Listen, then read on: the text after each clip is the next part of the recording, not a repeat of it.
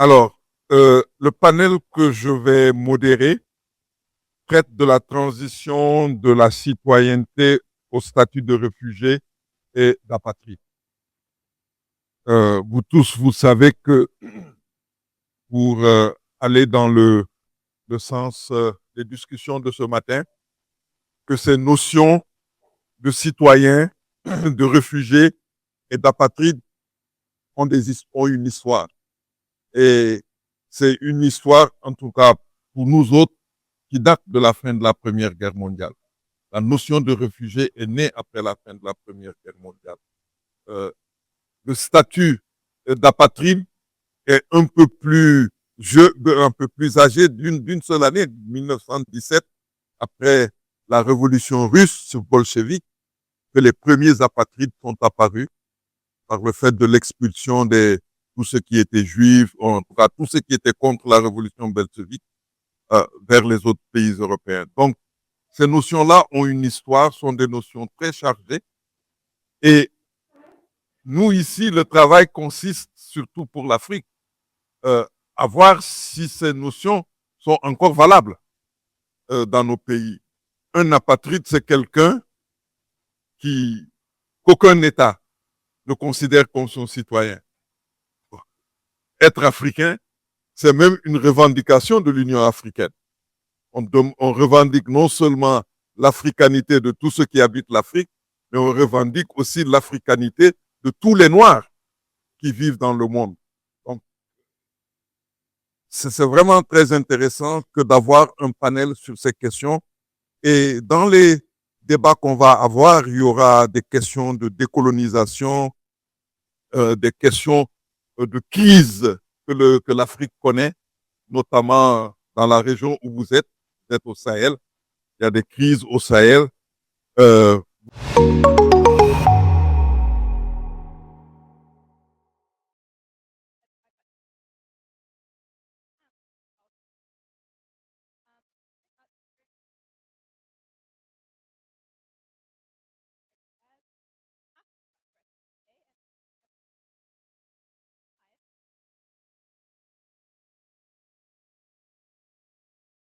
A laudable inclination, which is at the core of African history. It's to focus on the African experiences of refugees in this case, going or thinking further with the strong tradition of reflecting on the negotiation of African ages. However, I think that we can only contextualize those refugee experiences if we think about the larger role of the African refugee regime in the making at that point in time. So different African historical actors, amongst them upper-class men working as diplomats and as politicians, played a crucial role in shaping the thinking about an emerging concept of the refugee at the time. So what I wonder if my fuller history looked like in that wanted four broader possibilities and limits of a host of African actors contributing to shaping the international refugee regime. This is then how I came to be interested in understanding the emergence of the regime itself in the 1960s. So why did it emerge in the 1960s, and what were its main pillars? Who shaped it, and why? And what relationship did it have to the simultaneously emerging and shaping global refugee regime and its promoters such as UNHCR? So these are some of the questions that I got really interested in. To answer these questions, I primarily went to the organization of Our Communities Archives, which is housed on the campus of the AU in Addis Ababa. And then I went to what G. Allman calls the global shadow archives around the world. So UN Archives in New York, UNHCR in Geneva, but also organizations such as the Dag Hammarskjöld Foundation in Spiegel. Always looking for correspondence with the OAE at the time. And so what does Africa to me in this project mean? It means literally member states of the OAU in the 1950s, but also, of course, crucially, those countries in Southern Africa that at that point in time were not liberated yet. And I'm looking at the OAU as a historical actor, but I differentiate in that book for actual people acting with this organization because I think that people make crucial difference. So today I want to attempt, if possible, and tell you about the book's main argument and what's left of my 10 minutes. That means I will only have time to focus on exactly that and I'll tell you more about the book. So if you're interested in the actual case studies, then you'll have to ask me later. I argue that the book, or that the confluence of decolonization was a book for the 1960s, and that contemporary developing paradigms led to the politicization of the nascent refugee regime and created a historically unique moment. What was unique about this moment was that because of the confluence of this release, so the statement, decolonization, and development, refugees were actually welcomed in many African states, either as freedom fighters or as potential agents of economic development. While actors like the UNHCR aimed to depoliticize refugee contexts and foregrounded humanitarian imperative during the 1960s, humanitarianism took backseat to development and political imperatives across the African continent. So let's take a moment to think about the concept of the African refugee regime. The African refugee regime emerged from a complex and dynamic negotiation between a range of actors, amongst them refugees themselves, experts, politicians, lawyers, natural institutions in several African states and international governments, as well as non-governmental organizations. And key amongst government organizations was the OAE. So the regime was not fixed. Rather, it remained subject to constant negotiations, and its overall structure became visible only in hindsight. The phrase migration regime for Christopher Rass and Frank Wolf captures, and I quote here, the relationship between mobility, regulation, and disputes, end of quote. To my thinking, the African refugee regime then not only emerged set conventions, rules, and principles, but it was and is constituted for continued negotiation of these very legalistic decision-making procedures. Moreover, it was also a function of negotiation of the humanitarian development rights. To reiterate, I understand then the African refugee regime as a set of ongoing conversations with the various actors who assess what constitutes refugee and develop different ways of responding to quote-unquote refugees that the ZDAC could find. The value of the term refugee regime, comprehended as an ongoing multi-level negotiation, lies precisely in openness. It allows for contingency, for understanding of powerful nations amongst different tribal actors, and it does so under a single analytic framework. I think about the negotiations that constituted the evolving refugee regime as having taken place across 3 years. Of course, there's first macro level, there was laws, norms, resolutions, tensions on the macro level. These were written by politicians, lawyers, actors, international organizations. And we've got the negotiation on micro level on the opposite direction, where encounters between refugees, local government officials, and relief providers negotiated the everyday practices of the regime and the practical elements of refugee visits. And then in the middle between those, we have the meso level. This included organizations like the OAU, the Organization for African Unity, as a platform for encounters between African politicians and diplomats on the one hand, but also ordinary refugees themselves. So in several of the negotiation spaces that the AU offered, refugees were actually invited as experts and consulted during the make, for instance, of the 69 refugee convention. This then was about refugee control, about defining power and attempts to direct and manage refugee movements. The OAU served as an arena for different negotiations of the regime and helped birth many of its different pillars. African foreign ministers and heads of states passed resolutions concerning refugees, and diplomats drafted the OAU's Refugee Convention. Its regular political meetings brought high-ranking politicians together. Its Refugee Commission worked to bring refugee experts and diplomats together, and the conferences it organized offered spaces for negotiation for attendees from international organizations, non-governmental organizations, and foreign governments. So there's a lot going on, lots of different venues to actually think through, where the organization as such was thinking about how to constitute, frame the refugee as category. So to help us understand the OAU's role in establishing the African refugee regime in the 1960s, this book adopts James Scott's now classic approach of seeing the United States.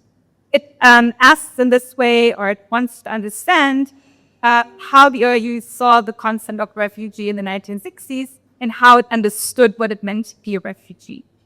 Also, how its various bodies amongst them the tradition actually understood and governed, governed refugees, how it made them visible as category, quantifiable, and consequently then governable.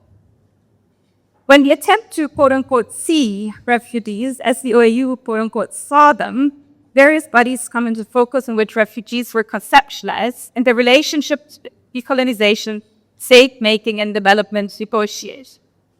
So the OAU then served as an observation point of the African refugee regime. The OAU draws into read the entanglements between displacement and decolonization. But there's a reason for why actually a lot of historians have hesitated to look at the OAU as an actor, and one of those reasons was the simple observation that the OAU actually ceased to exist in 2002 and transformed into AU. But just that because an organization ceased to exist is usually not a very good reason not to historically study it. And we should not forget the 1960s was a time period of a lot of hope, a lot of innovation, a lot of trust also in solving political matters. And for instance, decolonization was key of the agenda of the OAU at the time, which did actually also get it semi-resolved in the lifetime of the organization.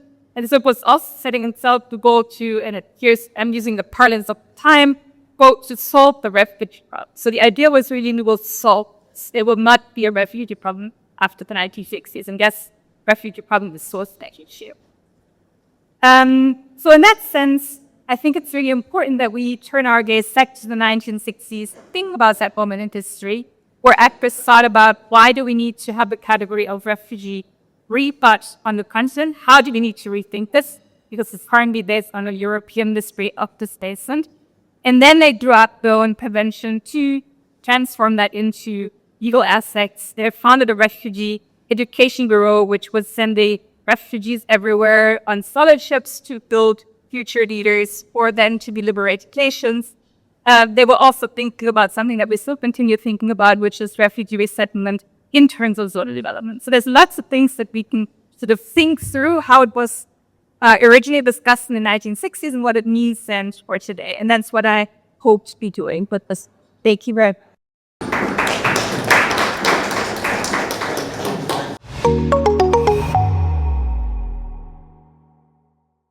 Thank you very much for giving me the opportunity, and thank God today I'm the first gentleman who is coming to break the monopoly of the ladies. My paper is on displacement crisis in the Sahel and neglected global humanitarian attention. This was a paper I started having an interest in emerging trends in displacement crisis in Africa because I've been carrying out research on conflict. I happened that the call for papers for this conference came, and I decided to apply.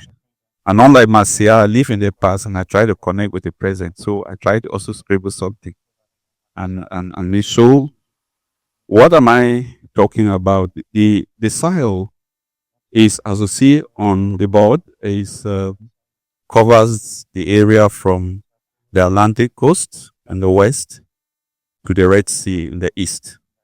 But there are contestation as to that. So it covers from Mauritania, Mali, Burkina Faso, Nigeria, northern Nigeria, Cameroon, and the rest. What is my claim?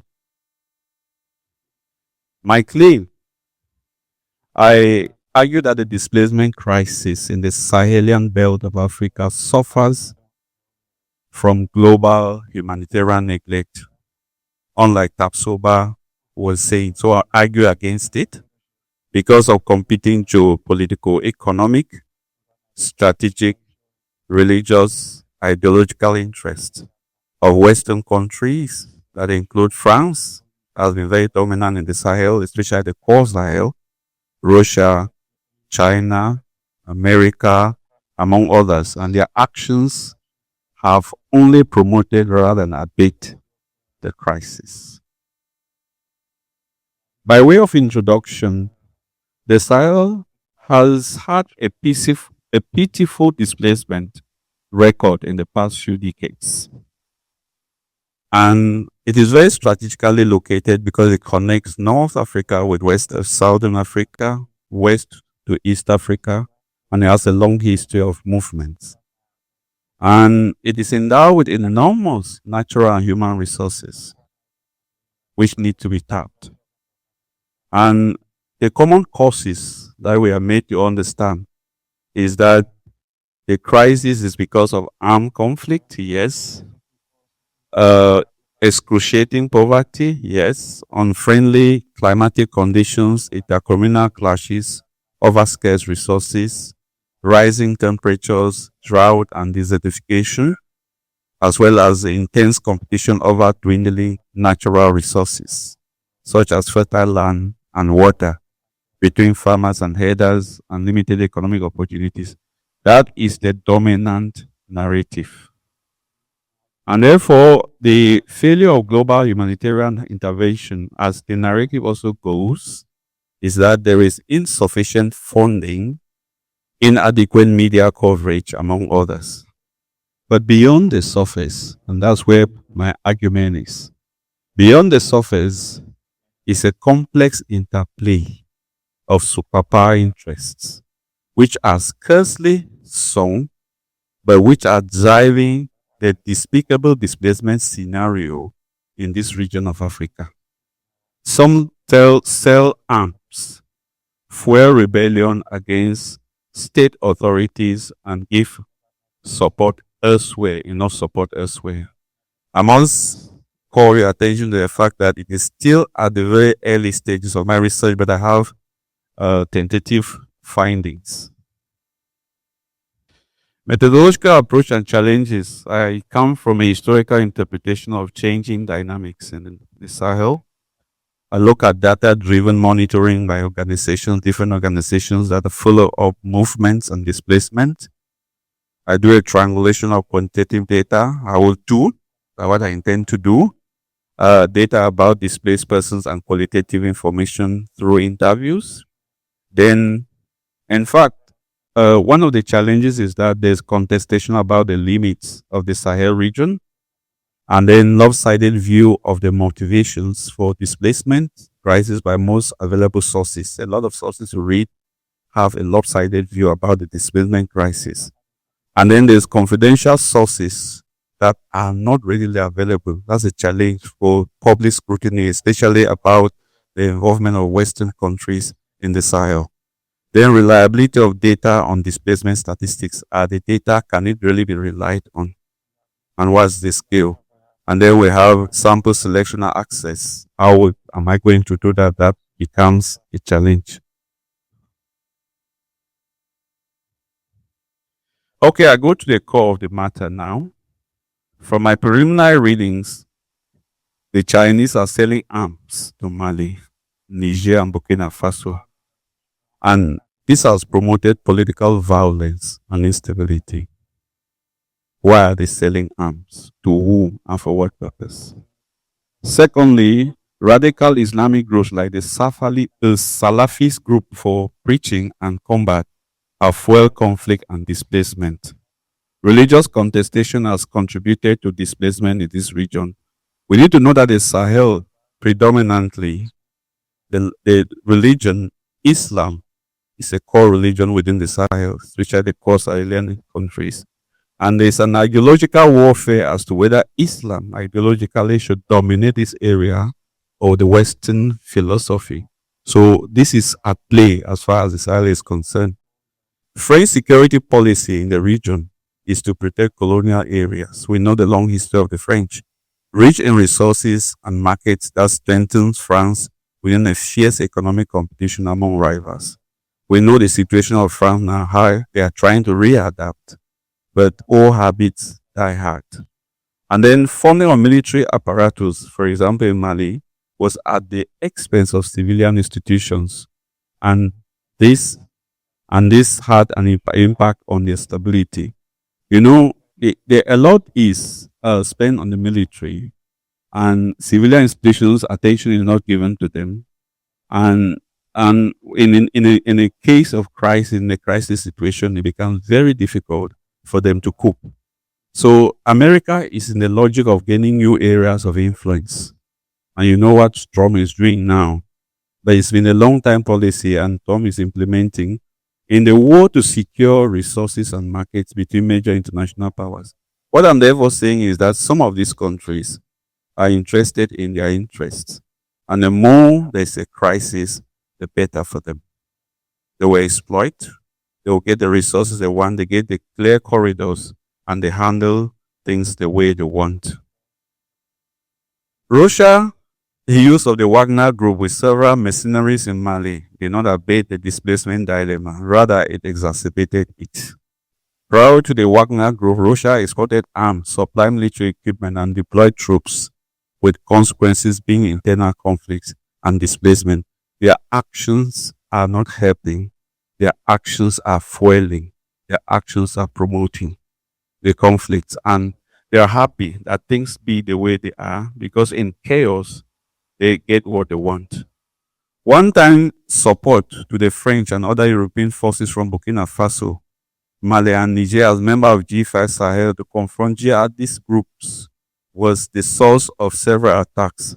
The question you ask, why is the G5 in the Sahel not as active as it was before?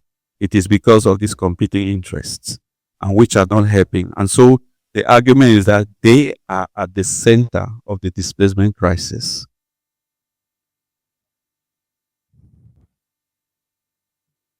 Research gaps filled. So as a preliminary research that I started doing before I saw the call for papers, at least if there's anything that this paper has had to do is the research has drawn the attention to the lopsided dominant narrative on the underlying causes of a despicable displacement crisis in the Sahel, which is always focusing attention on the countries themselves and the internal dynamics without looking at what these other countries are doing to create the problem. This presentation has revealed that over the years, Western competing interests have led to a crisis situation in the Sahel with the consequences of displacement even across borders. The relative deprivation theory, which among other things contains that the discrimination leads to an increase in the risk of violence, has its limitations as an explanatory framework for analyzing the scenario in the Sahel. Competing actors of European and other global powers in the Sahel show clearly that they are within very good intention.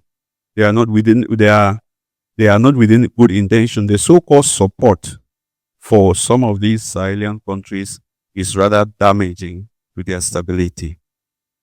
And then the crime displacement theory, which assumes that crime is inelastic because perpetrators are flexible in relation to time, also has its limitation in this context. This study clearly shows and will show that a recognition threat from some of these Western countries can lead to an adequate response mechanism that can prevent them their flexibility and re-strategizing to continue to reap where they did not sow, and in doing so, creating a humanitarian problem in the form of massive displacement. You see, when you listen to Ibrahim Traore, he goes back to history. And I made them understand that Ibrahim Traore did not read history. But I'm comforted because when I listen to him, he has his good lessons of history. And he speaks to those who don't want to hear what he's saying because it's what has been happening over time. The concept of humanitarianism, which is an organized form of assistance and protection for those who suffer or are likely to suffer from armed conflicts or diseases, has also been challenged in this presentation on rethinking the displacement crisis in the Sahel.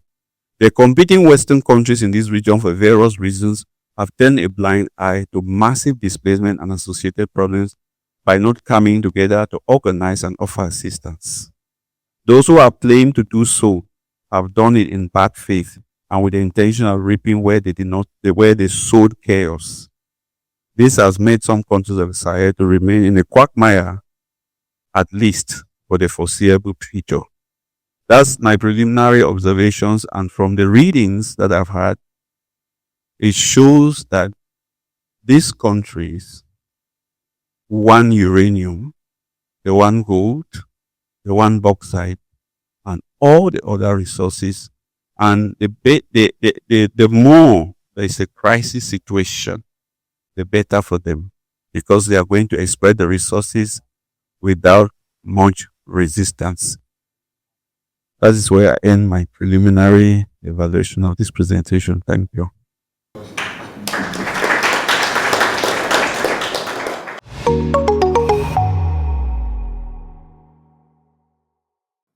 From displacement to deprivation, inequalities in health, water, sanitation, and hygiene access among displaced persons in Ghana and then Sierra Leone.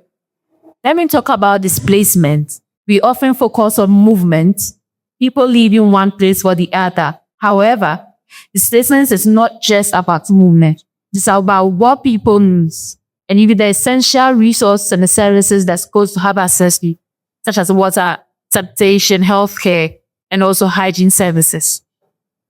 I'll be using an urban political ecology approach to critique and then understand beyond the logistical and technical issues to talk about when it comes to water, sanitation, and then hygiene. Or rather, I would like to look at the governance frameworks, the power dynamics when it comes to assessing these services.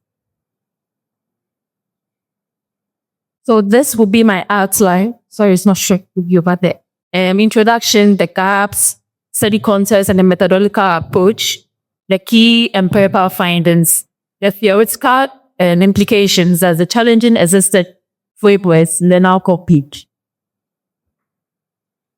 Less attention has been paid to wash access. Most of the times when we talk about water, sanitation, and hygiene, we look at them as logistical and then technical issues, but then it goes beyond that. We also need to look at the foundation, the system that constrains these people to access it. So drawing on the political ecology, as I said earlier, I conceptualize displacement as uneven infrastructural incorporation. Displaced persons are physically present within urban and peri-urban centers, but in terms of wash access, they are marginalized. Therefore, displacement persists not just through mobility, but also through access-based acceptance. So I ask these questions. These are the gaps that I hope fill. How does cause displacement reshape access to wash and health services? How do governance arrangements and spatial marginalization produce inequality? What does this reveal about the nature of protracted displacement in West Africa?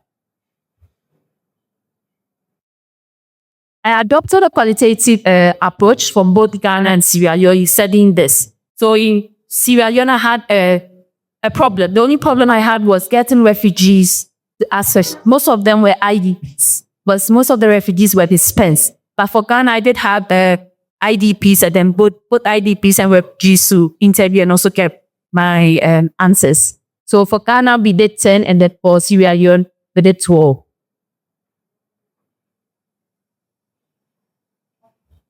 So across both jurisdictions, there was you all encounter persistent displacement.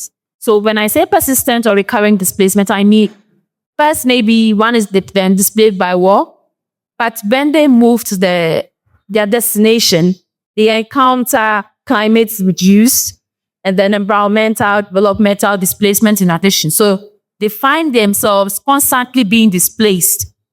And all through these displacements, they lose assets. So this woman said that was in Sierra Leone. And I pray it does not repeat itself in this community. Because my husband, who is the breadwinner, lost one of his feet to the plague.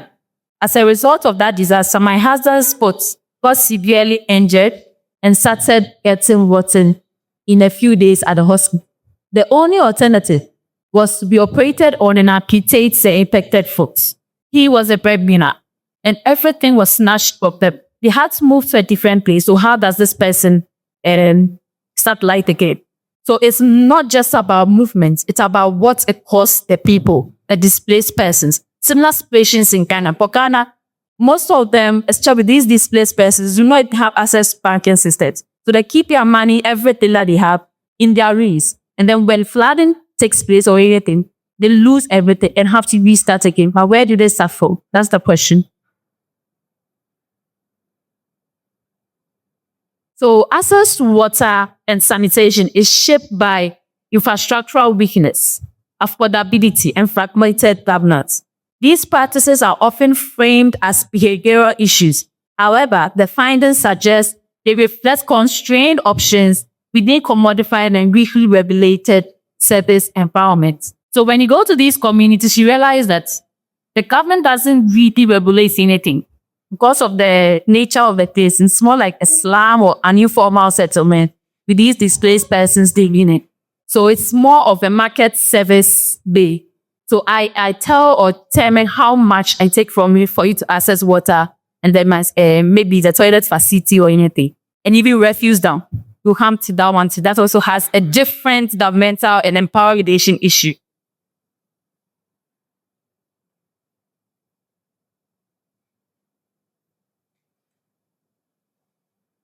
So responsibility for wash services is dispersed across national ministries, local authorities. In Ghana, it was more for the local authorities, but they do nothing. So in these communities, they have chiefs, especially for Ghana. They have chiefs who are supposed to regulate everything that goes on. But unfortunately, they take money from people because they are the higher ups. They have a say. They can control the minute thing that goes on. The government doesn't really care about these people. So over there, they'll tell you that nobody's coming to save us. So their only hope is the chief, who also, corrupt.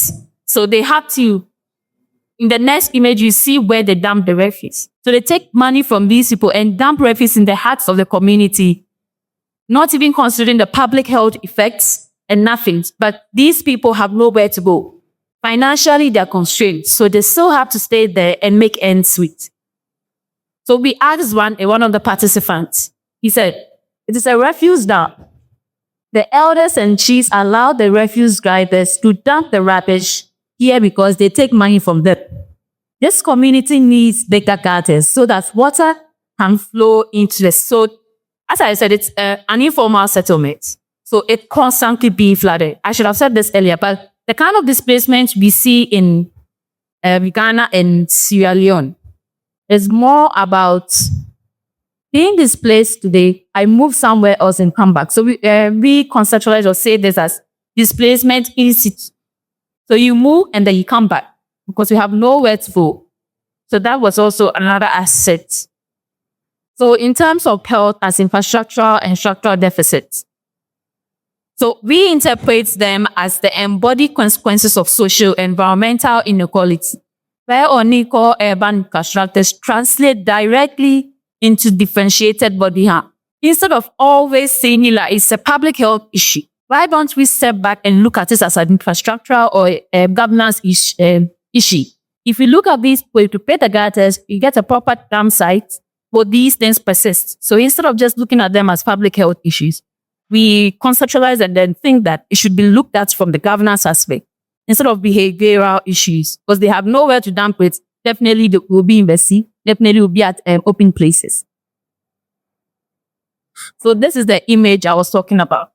Right here, I don't know if you can see this side. There are buildings there. And this is a dam site. Behind it is a lagoon. So I'll leave that to you to judge. But it's when you go there and you ask them, why are you still here? They tell you, I have nowhere to go. The other places are too expensive. Nobody wants to help us. So this is where I'll live. So they're constantly having issues of cholera, typhoid, respiratory disease because they bury these refuse at night. And people live just close to the dam site. We asked one woman, she said she sleeps with nose marks because she has cough throughout the night because of the smoke coming from the dam site. Yeah, but within this, we see them social cohesion. They try to help themselves because there's no government support. They try to help themselves by, if a neighbor is in trouble, they go to that neighbor, they help them. It's likewise. So if you don't help me, I might not also help you. But then you find them coming together, even in terms of savings, to save and then help each other or one another. So that's also another person in terms of community assistance and then support from friends and the family within the same dilemma or within the same community. Challenging existing frameworks. I'll just be first. Displacement is not solely about mobility. It's about repositioning within hierarchies of infrastructure and governance. Second, vulnerability is not inherent to displaced population. It is produced through the intersection of environmental risk, governance fragmentation, and commodify service delivery. As I said earlier, you have to buy the water, buy everything. So I asked someone, if you do not have the money, what do you do? I'll use the sea. And that is also an issue of sanitation. Because if the person is using this, at the end of the day, it will affect everybody around. And then the third, humanitarian temporality. Most of the times when it happens, they just go to the field and just give them brief assistance. But then we need a long-term integration. It needs to be integrated into the national laws that would help these people live within their communities, or at least sensitize them to a certain point. So I'll end with this statement. Displacement persists not only through movement, but through deprivation. Thank you.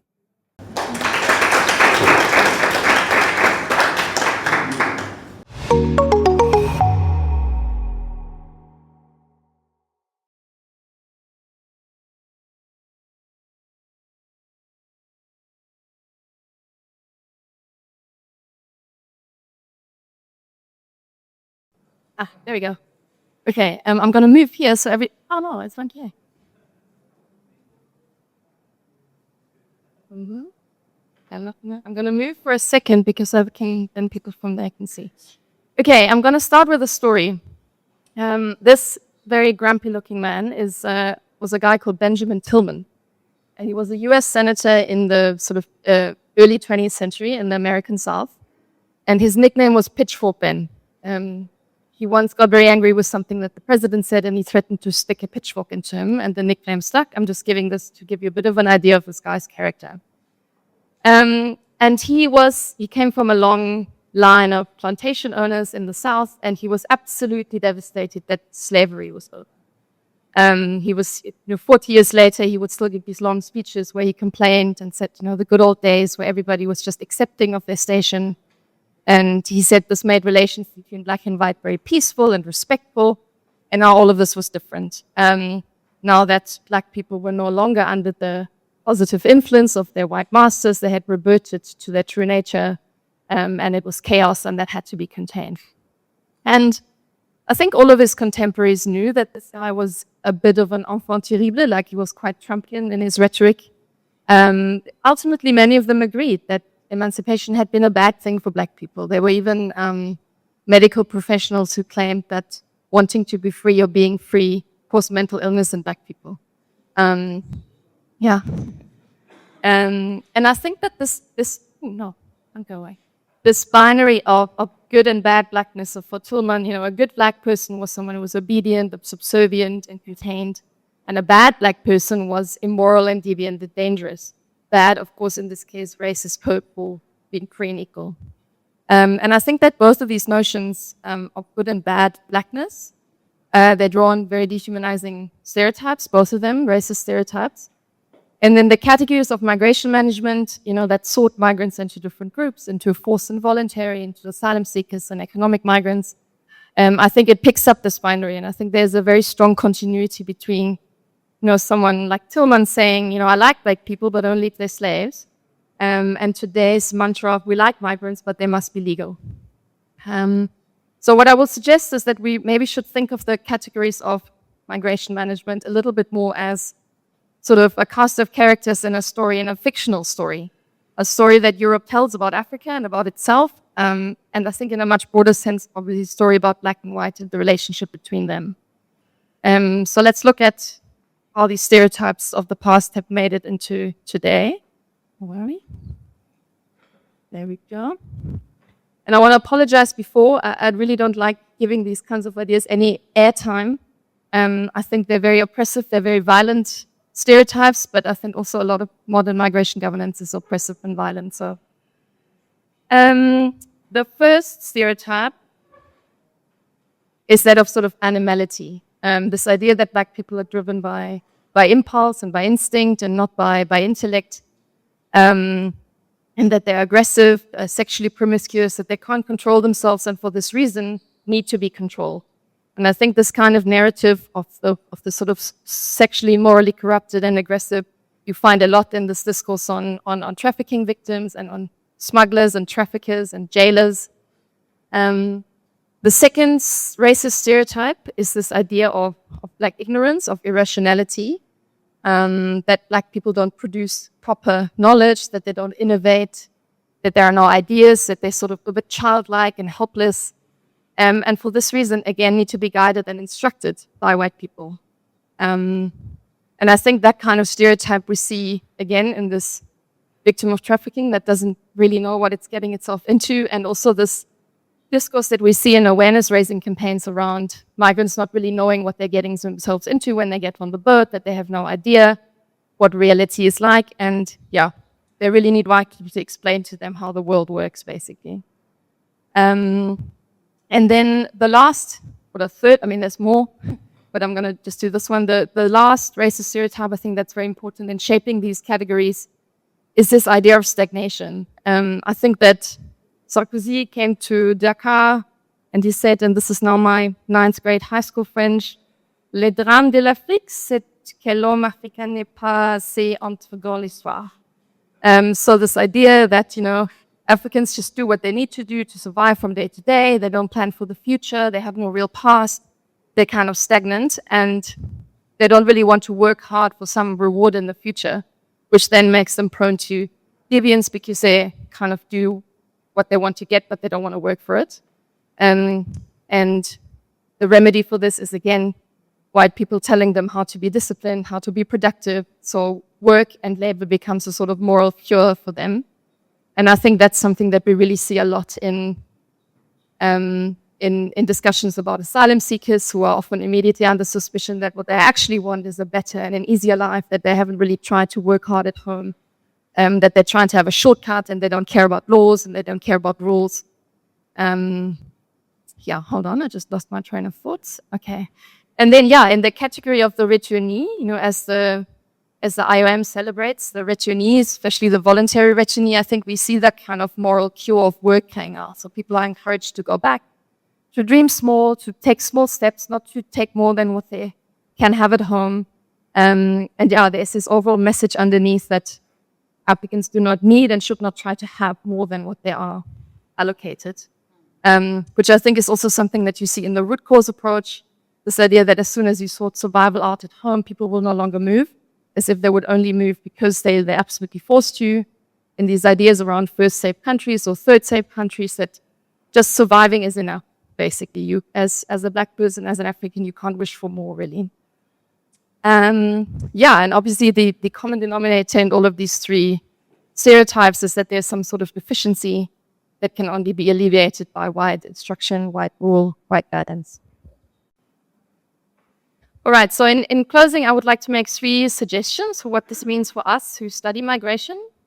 The first one, and that brings me back to Faisal's opening remarks about what do we do with these categories? Do we just accept them?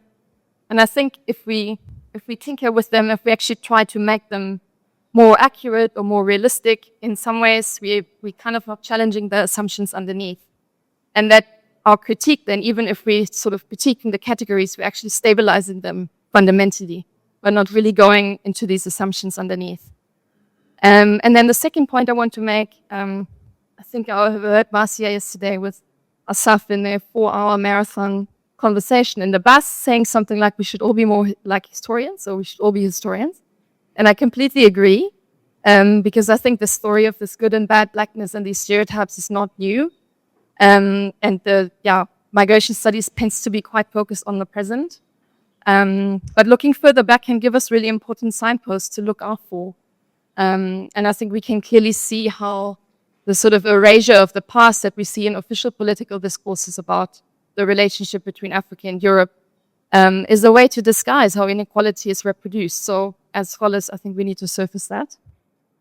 And then lastly, for all its turn towards being more reflexive, migration studies has recently as a field sort of been celebrating itself for coming into maturity of, you know, having reached milestones and being very reflexive. But I think there's very little acknowledgement about how, you know, if we accept that these, well, I hope you believe me, that these stereotypes shape the migration categories, then I think it would be, you know, at best naive and at worst quite deliberate to not think that these stereotypes also creep into our own work as migration scholars, as a migration researching community. And I think there are not enough links that are being made between, you know, the current imbalances we've touched about this before, current imbalances on who writes about Africa, who gets to be heard, who publishes in which journals.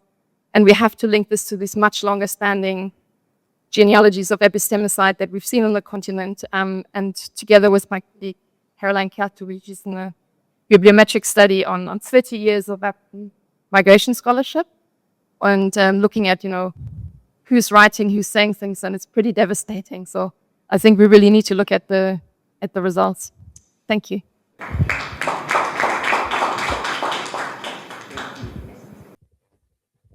Thank you so much. Good afternoon, everybody. I'm grateful to be here. Thank you so much for the organizers for making it possible for me to stand in presence of great men and women to present my dissertation. My name is Stella Jomon Mebo. I'm coming from Nigeria. My topic is disability politics of displacement and exclusion. My background of study here talks about women with disabilities in IDP camps face compounded vulnerabilities. They face different kinds of problems like flooding, conflict, displacement. You can agree with me if there is a fire alarm in this place right now. There is a serious fire alarm. Every one of us will evacuate. We will not remember that I'm here because you're fighting for your life. That's exactly what they face in that IDB camp. They face different kinds of problems. When there is conflict, when there is flooding, you find out that no one to help them, even in that camp. Research problem here is displaced women in internally displaced persons in IDP camps face structural exclusion. Humanitarian systems often fail to address disability, mobility, and needs. The challenges in aid distributions, camp governance, and inequality. There is limited research on experiences of disabled women. Research objectives. I said 1, examine how disabled women experience internal displacement. 2, analyze how humanitarian governance reproduce exclusions. Explore how gender displacement, disability, and displacement intersect. Highlight forms of coping and survivor networks.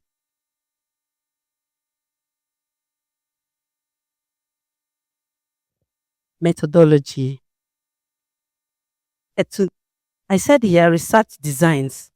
We had about 232 participants, disabled women, and their caregivers. The area of study was in Rivers State, Nigeria. And we were able to collect data by participating observation. Semi-structured interviews were carried out. We also focused on group discussion. We had a group discussion. We discussed a lot of things. In fact, there was a particular discussion that we had. I met a lady, she had been bedridden for almost 4 years. And it was so sympathetic, that fateful day. But I thank God for my group that we went together. We were able to render help. We were able to encourage her. And we were able to support her, to tell her that this condition is not the end of your life. You can make use of it by helping yourself. Last, policies document was analyzed. The theoretical framework here, we used to intersectionality, examine overlapping forms of inequality, social model of disability. We focus on barriers rather than individual implementations.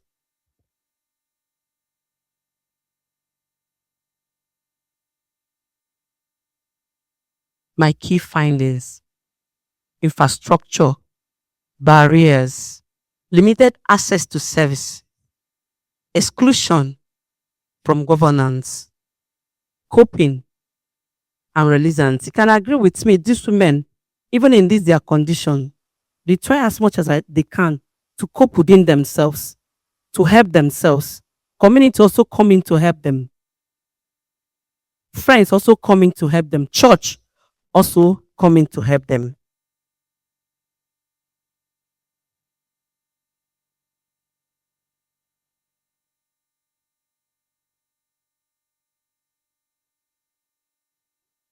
The theoretical contribution here, I said citizenship, legal citizens, but practically excluded. Humanitarian governance can reproduce inequality. Intersectionality, disability plus gender plus displacement.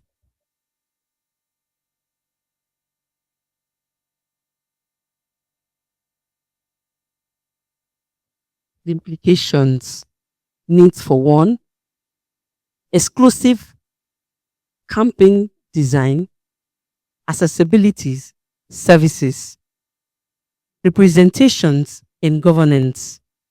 Displacement is not temporal, it is a structural issues. In conclusion, harms are space of protection, exclusions, social structuring.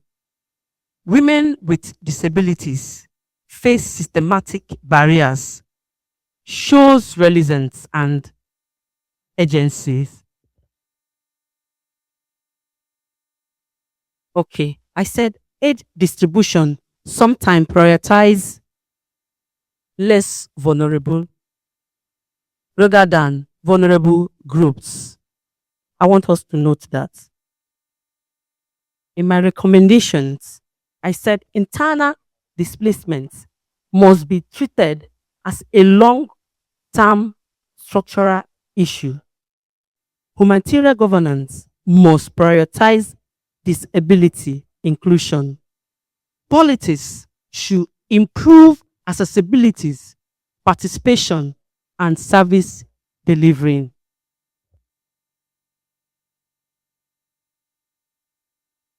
Finally, it is not the impact that disable, but the barriers that block participation, by Mike Olive, 1990. Thank you.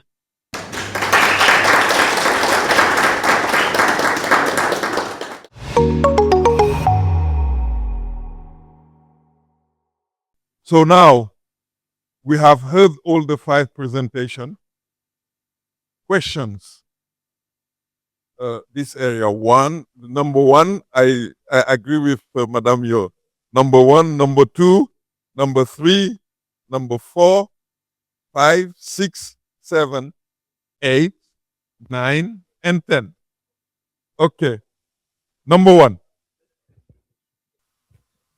Ok, mais bon, je vais m'exprimer en français. Il y a des traducteurs qui vont faire le travail. Moi, j'aimerais revenir sur la présentation de Gifty. On pense ça. Elle a beaucoup insisté sur la notion d'accès. Je pense qu'à côté de l'accès, il y a la notion d'accessibilité aussi qu'il faut voir. L'accessibilité, c'est-à-dire la capacité financière, par exemple, pour les populations déplacées ou réfugiées, à pouvoir disposer des services. Souvent, l'État peut mettre des services en place. Je prends un exemple banal dans certaines localités où j'ai mené mes recherches. L'État fait des forages pour faciliter l'accès à l'eau potable des populations déplacées. Mais en même temps, on vous dit que il faut payer. il faut payer au bidon, c'est-à-dire selon le récipient pour pouvoir avoir accès à l'eau. Or, ces populations déplacées, n'ayant pas d'activité économique, ne peuvent pas payer l'eau. Donc, le service peut être disponible, mais il n'est pas accessible financièrement parce qu'il y a des barrières et des contraintes auxquelles les déplacés sont soumis. Il en est de même dans les écoles. Je fais une digression. Dans les écoles, on a vu que les enfants des déplacés sont réinscrits dans des écoles dans les villages d'accueil. Mais il arrive très souvent que ces enfants abandonnent en cours de chemin parce que à l'école, on exige souvent ou on demande aux parents certaines cotisations, des contributions financières que les populations déplacées ne peuvent pas satisfaire. Donc, je pense qu'ici, sur la question des services, il y a ces deux notions qu'il faudrait chaque fois mettre en parallèle. La disponibilité, l'accès et l'accessibilité. On peut créer une école à une longue distance et qui va empêcher, par exemple, les parents de laisser aller leurs enfants parce que aller dans ces localités, c'est courir aussi le risque d'être agressé en cours de chemin. Donc, c'est des notions qui se ressemblent. I don't know in English si c'est la même chose en anglais, mais en français, il y a cette nuance. L'accès et l'accessibilité ne sont pas forcément les mêmes. C'est juste une contribution, ce n'est pas une question que je voulais poser. Merci. Thank you so much for these great presentations. And my main question is to, yeah, I can't turn that far. My main question is to Ilian. Thank you for bringing in race. I think it's often quite sidelined in the debates on forced displacement and migration. And I was wondering this distinction between good and bad black person. What kind of understanding of racism is behind it? Because like to me, I would guess it's a bit like a civilizing mission. Like people could be made obedient, and I had to think of Emson Hagen's work. You know him? He works on an ontological understanding of race in migration governance, and he would say there's always this ontological understanding behind it, that basically the black person is reduced to a non-human, a slave. This is always behind it, and I was wondering how you would relate to that, if you would see that even in these two distinctions, it's kind of the same. And a smaller question to Marcia. You were mentioning this politicization of the refugee regime, and at the same time, the OAU Convention has depoliticized the refugee, right? They are not allowed to be politically active.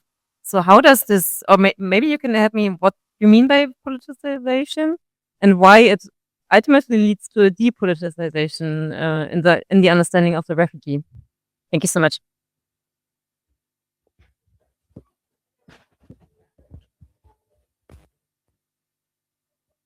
Thank you. I want to end my comment to Masha. The issue of UNHCR was started in, I think, 1951 and all that. And during that period, most African states were not actually gotten their independence. But I want to ask if at what point in time the newly African states at what point were they introduced, or at the refugee issues began to it's the global the African issue began to touch the global level. Since when the formation of the Refugee Convention, UNHCR as an institution, the African issue were submerged, as in the independence, as in getting their independence and all that. So Africa at that then didn't have any what do you call it argument on refugee per se, not until maybe in the 80s and all that. But I just want to understand that angle.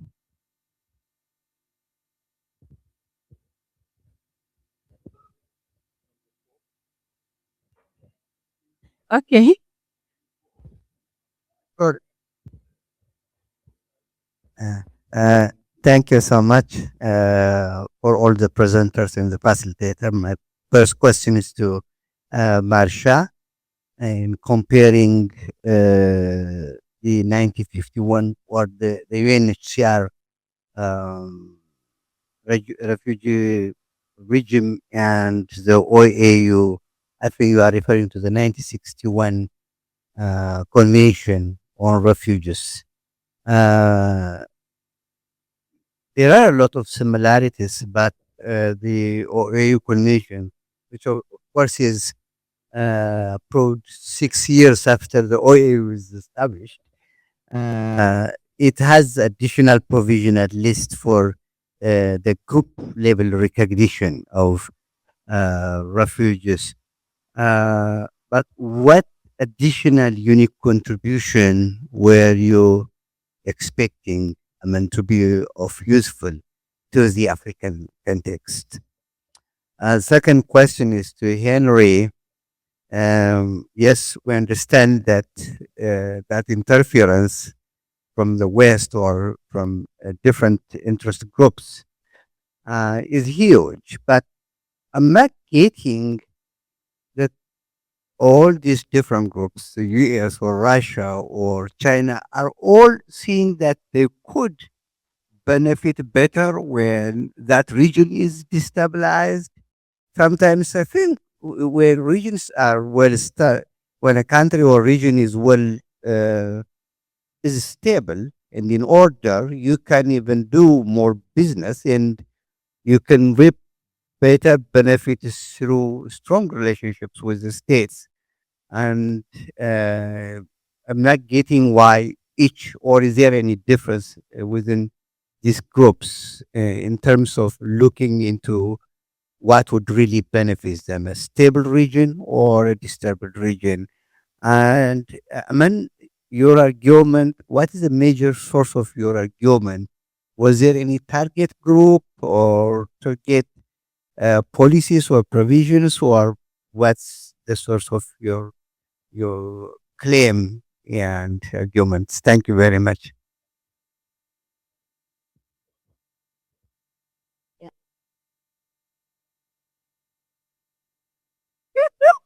Oh, were you the five? Okay. Thank you.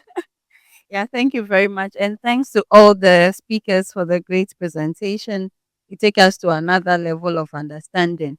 Um, I think the first presentation, I'm thinking about the regimes, and I like the history, but I'm also thinking about contemporary times. How do we bring them together? So the Global Compact for Refugees. Before that, we had the Comprehensive Refugee Response Framework. And so, how do we tie in and the role of AU themselves?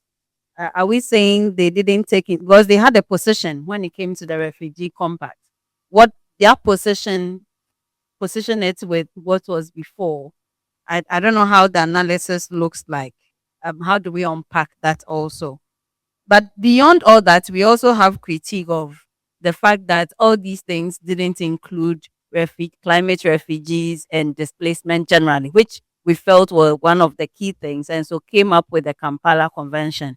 And since it's a book, so I'm thinking along these lines, how do we bring all this together? Then maybe the other one is the Western influence. I think we are all on the same page that we are tired of Western influence. Now I'm thinking beyond that. Yes, we in Ghana, for instance, when the Burkina Faso thing happened, a lot of people on the streets were happy. The gentleman came to Ghana for our inauguration. He received more funds than even the president himself. And so it seems people are supporting it. But the recent policies that are coming out of that enclave. So don't export cereals from us. I'm giving you 2 weeks. Don't buy food stuff from us, even within the region. Yes, they said free movement is still there. They haven't said they are not part of the free movement. All that they are saying is that we are Sahel and all that. But I'm looking at beyond that. How do we support ourselves? We all agree, yes, do this. But how do you do we take ourselves from these restrictive measures that we are experiencing? I think once after 6 months, he gives us new rules and regulations to follow.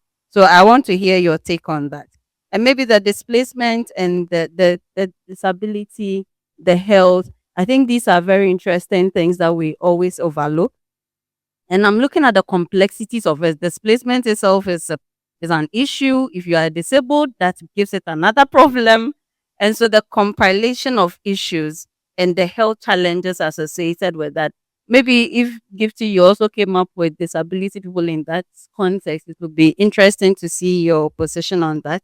And then if Stella, perhaps I don't know how you some of the issues that came up, you said some of them, but in terms of the way out, how are people perceiving themselves out of that enclave? Thank you.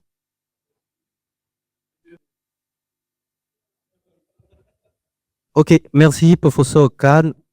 Je vais parler en français. Allez, je commencerai par Madame Marcia. Madame Marcia a utilisé une expression sur les régimes africains de réfugiés. Si elle peut revenir encore sur cette question-là, de nous expliquer que prône le régime africain des réfugiés. Et c'est une nouvelle expression pour nous. On a besoin vraiment qu'on nous donne plus de détails sur ce régime-là. Et le deuxième présentateur, c'était Monsieur Henri Cam. Dans les raisons de la crise au Sahel que Monsieur Khan a soulevé, Monsieur Cam, autant pour moi, a soulevé, et pour les conflits armés, je pense que ça, c'est bien documenté. Mais au niveau des changements climatiques comme deuxième cause dans la hiérarchisation qui a été faite tout à l'heure, j'ai du mal à comprendre les changements climatiques. Est-ce qu'aujourd'hui, on a la documentation? Est-ce qu'on a les éléments probants pour dire qu'il y a des crises, des changements climatiques dans le Sahel de la même manière qu'on parle des crises liées aux conflits armés? Toi qui as travaillé sur cette question, si tu as des éléments, c'est mieux de mettre à notre disposition aussi. Et la troisième présentatrice, c'est Madame Gifty. Là où je n'ai pas compris sur Madame Gifty, c'est Madame Gifty parle de la marginalisation des migrants en matière d'assainissement. Je me suis dit, est-ce qu'il existe une marginalisation des migrants en matière d'assainissement? Nos pays éprouvent des difficultés pour l'assainissement. Ce n'est pas un problème de marginalisation des migrants. C'est comme si on avait déjà résolu le problème d'assainissement et que les migrants étaient les seuls à souffrir. Mais la question, elle est globale. La question d'assainissement, elle est globale. Donc, au niveau des migrants, on ne devait même pas dire qu'elles sont marginalisées pour cette question. Elles sont peut-être marginalisées pour des questions économiques. En matière d'assainissement, je pense qu'on devait relativiser à ce niveau aussi. Je vais chuter avec Madame Stella. Et quand Madame Stella parle des personnes déplacées handicapées, elle parle des femmes et que la situation concerne plus les femmes. Je me suis dit que dans cette étude, quand on prend les femmes comme victimes, c'est aussi bien dans les enquêtes que vous avez réalisées, dans les focus group que vous avez réalisés, d'associer les hommes. Est-ce qu'un homme qui est handicap aura plus de chances à bénéficier de l'apport de l'État qu'une femme, vous pensez? Ou les deux subissent la même chose? Parce qu'on a l'impression qu'on commence aussi à faire une discrimination pour dire que à chaque fois, c'est des femmes qui sont victimes. Mais les hommes qui sont dans la même situation, je pense, vivent la même chose. Il serait souhaitable ici de faire la différence. Si les femmes handicapées sont plus défavorisées que les hommes, en ce moment-là, vous tirez des conclusions. Mais si les deux peuvent vivre les mêmes situations, je pense qu'il fallait aussi en parler. Merci, professeur.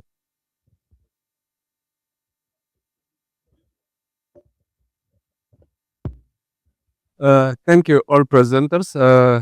My first question goes to Marcia. Thank you for the wonderful presentation. But I was trying to understand how I don't know how long your historical construction goes. But if you, given how refugee as a phenomena started and as institution UNHCR and so on started in Europe, then it already had some intellectual history to it even before World War II. And then I was thinking of if there are some intellectual history to the African refugee regime and how they start to construct the African voice in the global refugee regime. What supports them? Second, do you reconstruct institutional history, or see you have some refugee voices in the history? How to amplify the voice of the refugees? Second, with the depoliticization, I think there is also some issue to how the OAU kind of decided to keep the colonial borders. So that for the AU at the moment, because European refugees were produced due to wars between states, between European states, whereas so OAU managed to stop that by recognizing the colonial borders. The refugees were produced due to domestic problems, internal conflicts. So I think OAU wanted to depoliticize it because it's not between states, but it is within states. Then I was thinking of how African actors, we call African actors, or these political actors early in the 1960s made that depoliticization vis-a-vis recognizing the refugees, how it worked together. My second one is for Henry. Then thank you for the presentation as well.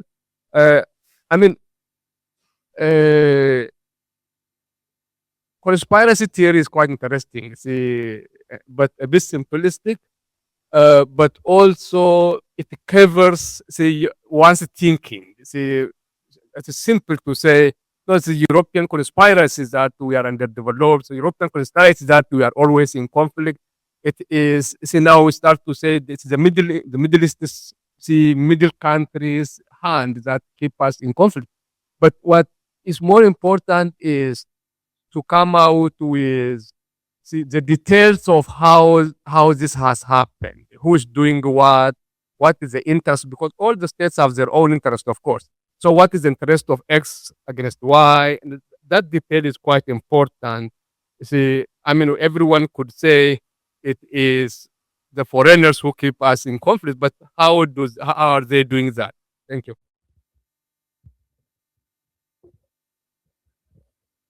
Thank you.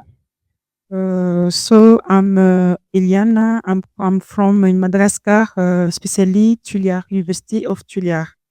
Thank you for all presentation early. It was really enriching, and congratulations to everyone. My question is for Stella. What combing strategy do women with disability adopt to remain within the ranks of displaced persons without disability, and especially in relation to other women? And the second question for Iriane.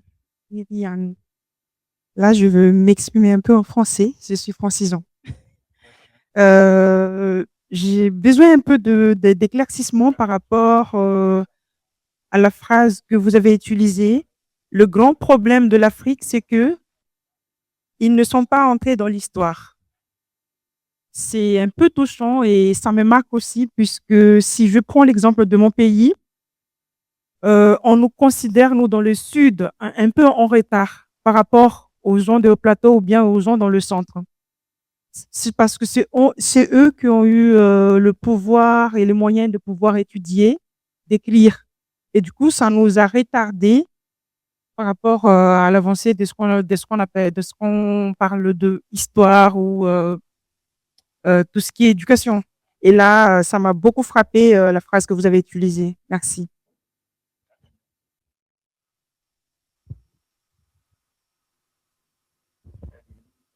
Okay, merci. Thank you for 5 great papers. I have a question. 9? Oh, I think it.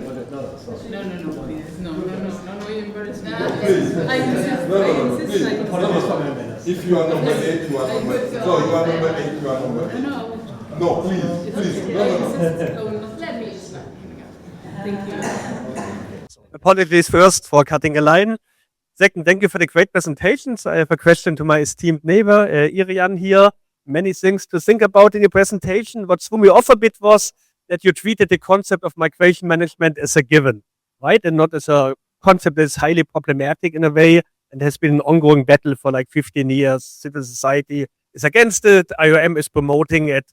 So then I looked into your paper, even if you're not happy about it, but actually in your paper it becomes much clearer. But as an idea, it would be a better framing from my perspective only if you say this is a seemingly benign concept, but actually it has very deep-rooted racist causes. If you would do so, on the other hand, I would say you should also acknowledge the big literature that has been already done on migration management. So, for example, Anton Picou and Martin Geiger have a very influential edited volume, The Politics of International Migration Management, where they talk about the top-down effect and all the problematic aspects. But I think this could be a very important contribution to it. The framing might be even more convincing this way. Thank you. I'm sure it's if it's important only because of this excellent presentation. Thank you so much. I also have a question for you, but we'll come to you last. So I'll start actually with Stella, and I think you raised a very, very important point, and maybe we talk about it in different events. But I agree with Stella that the issue of disability is not really taken seriously in migration research. And I saw that other issues were not taken seriously, but they changed. So I think it's important that if something comes out of this meeting, is that we actually take a recommendation to mainstream the question of disability in our research and to look at our research with from the perspective of people who live with disability. I can see also commonality between Gefty and Stella's presentation in the question of agency. It seems that the role of agency and resistance and community initiatives is always overlooked in migration governance. But then also this takes me to a bit of maybe not a very innocent question to Gifty. So if the state you have already indicated that the state actually does not regularize. Do you think if the state intervened, the situation would be different? It would be better or less complicated? Because unfortunately, we see when the state starts to regulate, it actually considers actually people's development and people's contribution sometimes as a source of income through taxation, through restrictive policies and laws. So I just want you to contemplate if the state decided to intervene. I think sometimes it can be a disaster. I think for Ariana as well, I agree with what Stephen said about the regime of migration management, which is already very complicated. It's the baby of IOM, and it's hugely criticized, especially by scholars. But also, I appreciate that you brought this categorization and labeling, and you started to question them, and basically from a racial perspective. I just want to see how these concepts also interplay in the more modern migration management regime. Maybe you don't have time to talk about, all the details, but maybe if we can take one of them, like, the animation, for example, how does it happen until today? I know you spoke about a little bit about stagnation, but can you give concrete examples? Not only not only the stereotypes, how this is really operating and how this actually provides, how can this make the refugee management regime or the displacement management regime more egalitarian or less egalitarian? Of course, less egalitarian, but again, I want to see, yeah. And also for Henry, and I think I also agree with Facado about the question of conspiracy. And then I just started to think about everything you said in your presentation. I relate to it. And I think it's the same. But I find it difficult to prove it. The minute I start to talk about who sends the weapons, who wages war, I feel I get into the trap of conspiracy theory. And that's why I really look forward to your research to tell us how can we deal with this conspiracy theory? What are the grounds of this conspiracy theory? I think I have two questions for you. Sorry about that. So, and I'm sure that you have the answer for this question, and I'm sure that you have already tackled that in your research, but maybe the 10 minutes did not allow you to touch upon it, which is actually the history. Again, the historical, foundation for the African refugee regime. And I just wanted you to tell us the global context for a refugee regime at that moment, and how did it influence the African refugee regime. And the one last small question at the moment, because I mean, I'm asking this question because unfortunately at the moment, African refugees are becoming a defining feature or characteristic of the global refugee regime. So I don't know if you are also interested in the Sudan question, for example, considering that it is at the moment currently the largest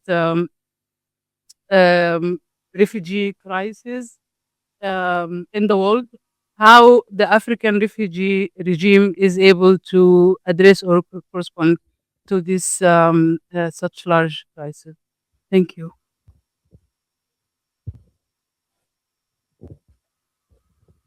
Let's say no because I don't know how to answer all these questions, right? But but I mean I don't have a question really, just some comments. So I was listening with kind of the ears of a journal editor and thinking what make some of them the papers coherent. So thanks a lot, Professor Mesha, for a brilliant talk. So I'm wondering, with the shift from the OAU to the AU, right? So the OAU itself was a product of conflicts about the direction, right? But had some radical positions. But you see, there was that shift that happens. There was this division that was deepened by the Cold War, right? The Morovia Casablanca group, various kind of iteration of it, so that the AU itself becomes compromised version of even what the OAU was. So perhaps that depoliticization, could it be that moment? Just a suggestion to trace that. Irian, I think brilliant work. Thanks a lot for simply calling things for what they are, right? Because at times there are ways in which things get laundered, all kinds of terms, right? And I think for me, one of the key things in this is expertise, the point of expertise. I mean, you find someone who really has absolutely no understanding of a particular context, no understanding, right, of a particular context. But okay, so so the question for me is expertise, right? So you're likely to find someone who has absolutely no understanding of a particular concept, context, right? But somehow they can simply become an expert overnight. You get what I'm saying? So there's a whole process that makes that possible. The legitimization of ways of knowing from certain parts of the world. And I think this migration governance thing launders that through ideas of this detached, universal kind of idea around a benign, I think Stefan used the word benign, or was it, Amir, I'm not sure, a benign kind of set of technicist approaches. But these things have histories, right? So I really like that. And my own suggesting around this would simply be, what if you trace how these ideas change over time? Because classical kind of racism is not necessarily what you find today, right? But tropes change, and how these tropes find a manifestation. For me, the typical one is the global compact, this thing about safe, orderly. I really find it weird, but people just use it, right? Safe, orderly. That thing about orderly gestures to something, right? But people don't realize that it's about this chaotic. You remember Conrad, Heart of Darkness. So these things cause all kinds of things. So this thing about the Sahel, 2 quick points, right? Maybe if you take seriously the idea of the scramble for Africa, the new scramble for Africa, right? The scramble over rare earth minerals in West Africa, lithium, right? Which is a major thing. If you board a flight to Senegal and it passes by Guinea, it's interesting to see the flight is almost empty, but who gets off the flight, right? So I think maybe if you take these things seriously, perhaps then you could trace the political economy of extractivism and see the interests that are behind that. Only last year, Ukraine admitted that they provided intelligence to target Wagner Group in Mali. So, of course, the frontier of the war is in Africa. But then we need to kind of provide that with some concrete data. And I think some new entrants, think of Turkey in Niger, right? The role of Turkey in Niger and the role of the Gulf states in Sudan, in Senegal, logistics, but also the AES states, the role of the Gulf states in the AES states, right? So finally, yes, thank you very much, Stella. I think this is really, really important. And so that final point is really for Stella and Gifty. Gifty, brilliant, brilliant work. So this thing about commodification. So what if yes, we are looking at disability and displaced people, but what if we also look at commodification on, say, a societal level, right? Because you have this limited resources. That means that water, electricity, and so on is commodified, right? So that those at the bottom of the pile find it even more difficult to get access to this thing, right? So that the commodification, yes, has particular impact on disabled people, on women, lack of infrastructure, but it's really about the general direction of society, right? The commodification, the privatization, so that the broader question of political ecology, Gifty, that you raised, finds expression not just how it manifests on displaced people, but really how it manifests in terms of different social groups in society. Thank you. Thank you. Thank you very much. Any other question? No. Okay. I before giving the floor, giving the microphone to the presenters to make their observation and comment, give it to.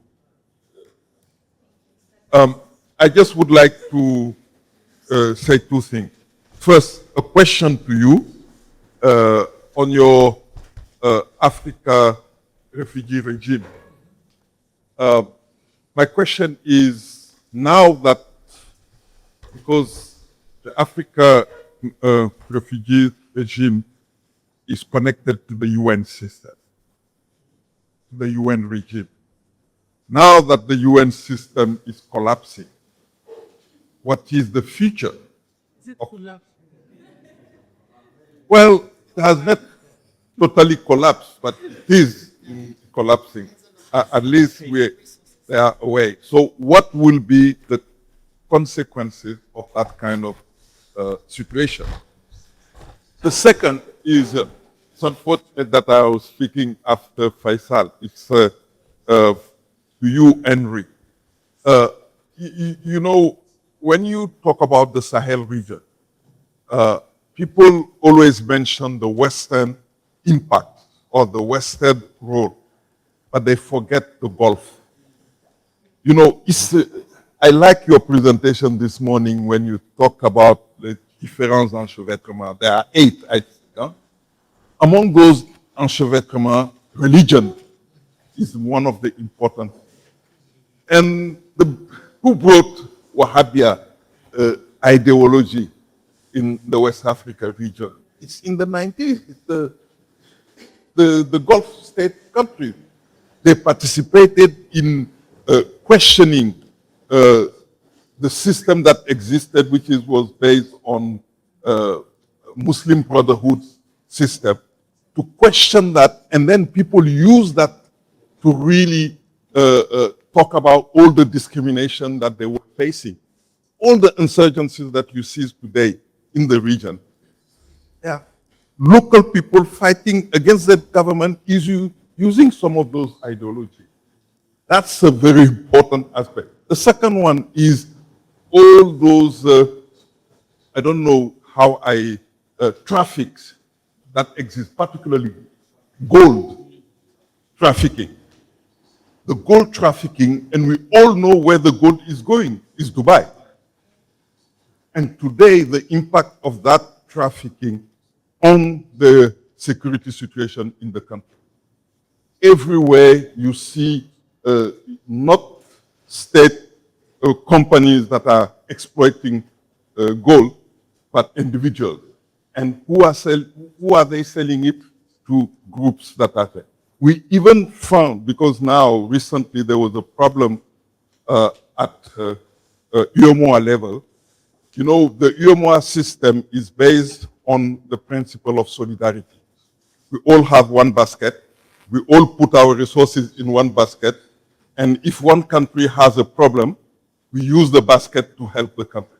But UMOA discovered recently that in particular IAS countries, they are selling their goals informally. They are not using the traditional way. And all the gold is going to the Gulf country. And now the money is no longer put in the same basket. You understand? And which is also creating a number of problems. So I think it's really important when you talk about Western involvement and other to look at, to compare it with the local people involvement to other external actors. And today it's not just the UAE, it's China also exploiting oil, gas, and many other things. So I think that's something that we need to look at very closely without making those sometimes simplistic statements. Give you back the floor. Maybe 2 to 3 minutes to each other, to each of you. Sorry. Please. Including. Yeah. She gets done. No, 4 minutes. Yeah. All right, thank you so much for all of your wonderful questions, and apologies if I do not answer every single one as thoroughly as I should. I'm going to try and tell a reasonably cohesive story. So somebody asked about the refugee regime, which for all intents and purposes we can think of for now as an arena of negotiation that I look at in the book in 3 different cases or in 3 different pillars. One of them being the 1969 Refugee Convention, one of them being the Bureau for Refugee Higher Education, and the other one being resettlement. And I want to kind of zoom into the first case, the convention, because a lot of questions went into that direction. So for general global context, at that point in time, we find ourselves obviously at the end of the Second World War. And in 1951, as our contributor here mentioned correctly, the UNHCR starts drafting a refugee convention. The only African country at the table of the time was Egypt, simply because the rest of the continent was under colonial rule, and so no political representatives were invited.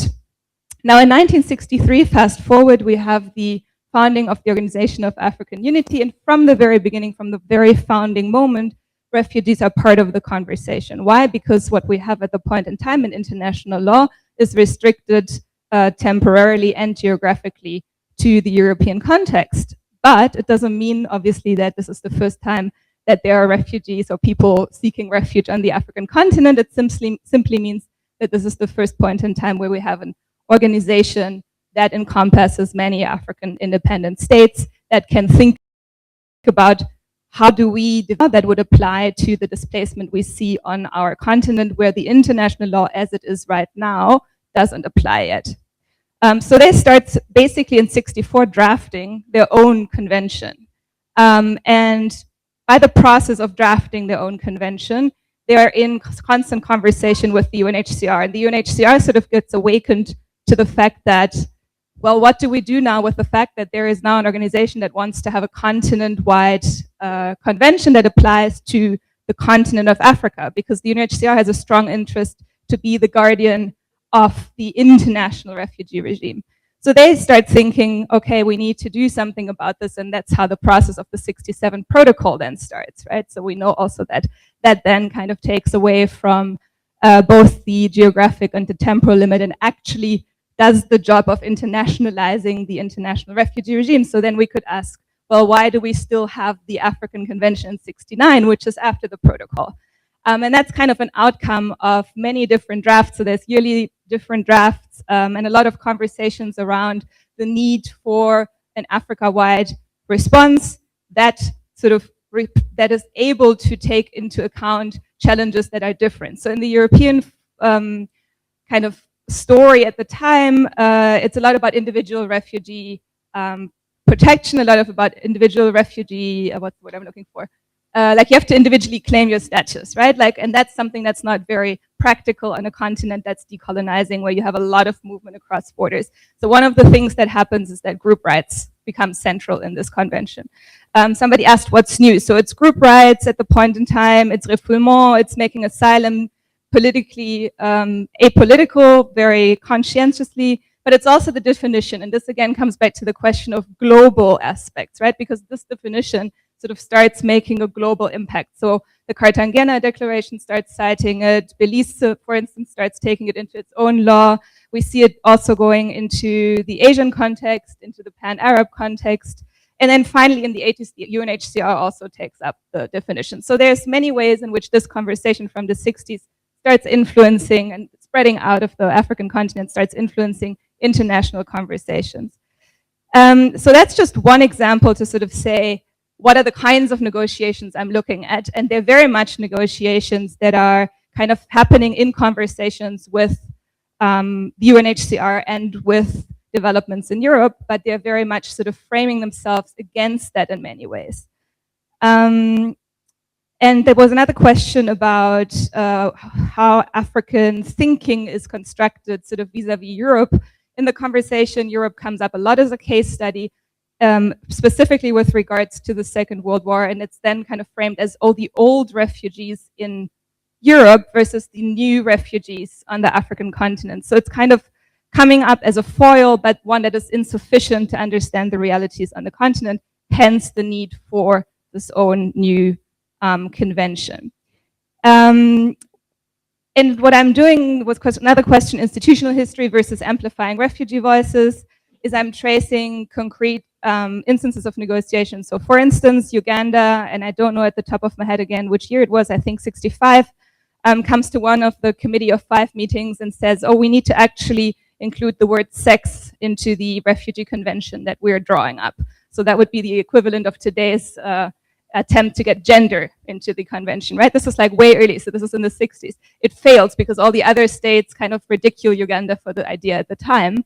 But I think it's important to also look at these failed attempts to change something, because we do learn about precisely this, what ideas were being negotiated and discussed at the time. And then when we trace these committee meetings, we also see instances of, for instance, displaced people being invited as experts. So, for instance, there are people from Sudan being invited to explain displacement in Sudan to the Committee of 5, so that then they can, with that knowledge, draw up appropriate policies. So in that sense, they do come in the archive, so the voices are not completely neglected, and I think it's actually really important to also show that the archives contain those voices, but they're few and far in between, and you really have to sort of celebrate the moments when they come up in the archive. And let me just see. Okay, then there was the crucial question about politicization versus depolitization.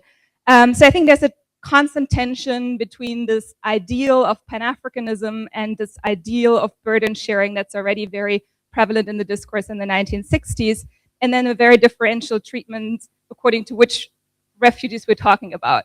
Sort of, are we talking about refugees from colonized territories, in which case there's basically no state that says we should not be helping them, and there's kind of this idea is not reality, but it's much more, people are much more open to discussing this, or whether we're talking about refugees from already independent countries, in which case they become hugely political. And so I would argue that the convention was not so much intended as a protection of refugees themselves, so kind of advancing the rights of the refugees, but it was much more an attempt to tell states how to behave, to not have refugees become a big issue that would threaten the unity of the continent. And that's what I meant by politicization of the refugee regime. So I know there's many more questions that I haven't gotten to, but I also am conscious of the fact that I got 4 minutes. On all the future-related questions, I am taking them with me as inspiration. This is precisely why I'm so glad that I was able to be here, so I get out of my historian bubble and I can start thinking about how to make this more relevant to the future and present. So thank you very much. Thank you. I will start with the chair. Sani and Gaba, they comforted me with the comments they made, which showed that it was not just about conspiracy theory. It's about history and facts of history. That their comments have been taken, especially when we're talking about the scramble for Africa and the new scramble for Africa. And to say that it's not just talking about conspiracy theory, but talking about competing interests, which are not to the benefit of the Sahelian states. Competing interests by the different stakeholders as far as that is concerned. So I want to thank Sane and Gaba for their comments, well taken. I came across the Gulf states. I didn't really read much about, but I begin to see how relevant this is to this discussion. One of our colleagues asked about climate change and conflict and displacement. I simply said that has been the dominant narrative. It is there, quite all right. But I was not focusing on that. I was focusing on the role of these other countries, the Western countries, in what they do, their actions, their activities, how they. And I agree with Fekadu, who pointed out and that you need to flesh in. I'm fully aware of that because it is research in progress. Then, with regards to the question of friction, I watched Ibrahim Traore land in Ghana, and I saw how he came out gallantly with his pistol and how he was well received. It speaks to the changing dynamics and what young people are observing from their study of history. You see, he was more popular than the president of Ghana because he was speaking, they've been following his discussions. He's speaking to what they want to hear and to change the narrative. I'm talking about another narrative. So you can understand that when it comes to the friction comes because the AES states they are suspicious of the rest of the ECOWAS member countries. They feel that they are not giving greater attention discussing the problems of Africa, West African countries, Sahelian states, so that on the table they can discuss and exchange ideas. Rather, they see them. As you see, France has a lot. After France was pushed out of Niger and pushed out of Burkina Faso, they started cutting Nigeria. They started getting very close to Nigeria. Even saw what happened in Benin when it was like a coup d'etat that failed. They started moving to another direction because they understood that people are beginning to recognize from history what they have done, and people are not appreciating it as much as possible. Then my very good friend asked a question about the major source of my argument from history and from the changing perception. From history and changing perception. That's exactly history has taught them this is what has been happening. It has gone on to another level now with the new scramble for Africa. I understand that Ethiopia was never colonized, so you may never understand exactly the dynamics as far as the Sahel is concerned. Yes, it's true. Stability can bring greater business, but in this case, it's not been the case. It's not been about stability. And there's some people who fear if you follow Ibrahim Traore, having fought at the war front, fought the jihadist groups, and seen the way the French were playing games and exploiting and carrying away their resources, it is one of his motivations. He talked about what he saw at the war front when he was at the front. And so he observed what was happening. And so he's speaking from the experience that he lived through, not just from what the other people are saying. So when there is chaos and people have competing interests and they know how they can secure, because he even talked about the security of some corridors. To exploit resources from Burkina Faso. While war was going on, the French ensured that they secure the corridor to get their resources out of Burkina Faso in the areas where they have resources to exploit. So it's what is informing the discussion. And like I pointed out, is like saying that the narrative has been a lot lopsided. They are underground, they are behind the scenes, they are beyond the surface contribution and actions that are fueling the displacement crisis that have to be tackled from the roots. If you don't tackle it from the roots, you'll be beating about the bush. Thank you. Very, very much.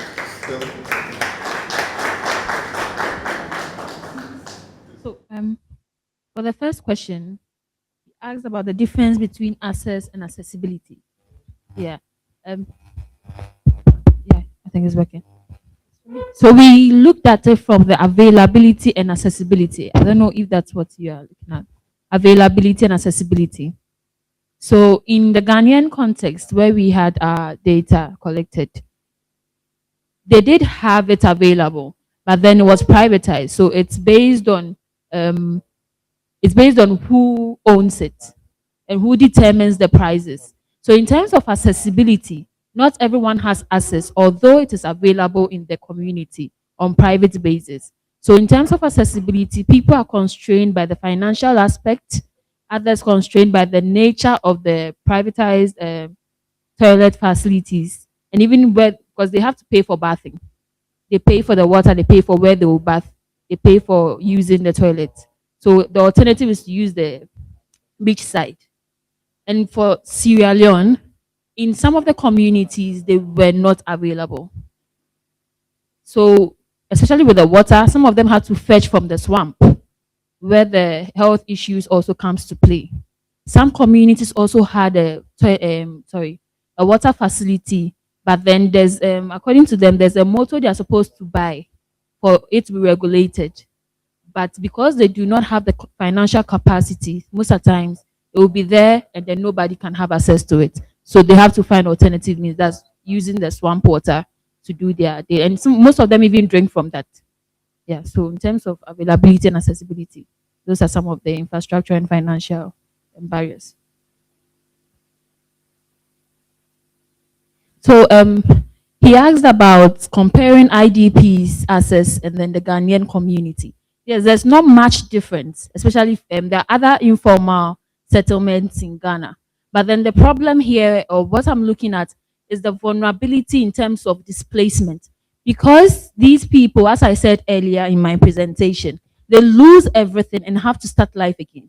But then they find themselves having to pay for the basic necessities of life. That is water, toilet facilities, and then probably sanitation. So yes, Ghana has a long way to go. But then if you are looking at displaced persons, their vulnerability, that's the height of their vulnerability, it is essential to also look at them. Because if you are always going to compare the host communities to the displaced communities, they might never have solutions for the displaced persons. So there's a need to also have a framework. I think there should be a framework for this. But then it is also essential to look at the displaced persons, although the Ghanaian community also has problems. That would link me to your question about government intervention. So I also think that there should be collaboration. So growing up, I know that we had the public toilet system where the government builds the toilet and then they pay someone to sit there and they regulate it. But now it has all been privatized because now I don't hear about the public toilet anymore. And because of that, the person who owns the toilet the person who owns the toilet determines the prices. So I asked one person, what if you have diarrhea? And then he said he has no choice. Sometimes you have to beg the person. And then in terms of dignity, you feel like you feel a bit down because you have to go and pay beg somebody to use the facility because you do not have money, or else they'll use the beach. So that is it. So I think there should be a collaboration between the government. Maybe the government can build the facilities and then hand it over to a private institution to regulate it. They would have to take their money, but then government should have a hand in it. That way they can regulate the prices for these public or basic services, even the water. All right. I think I've answered the question. Thank you.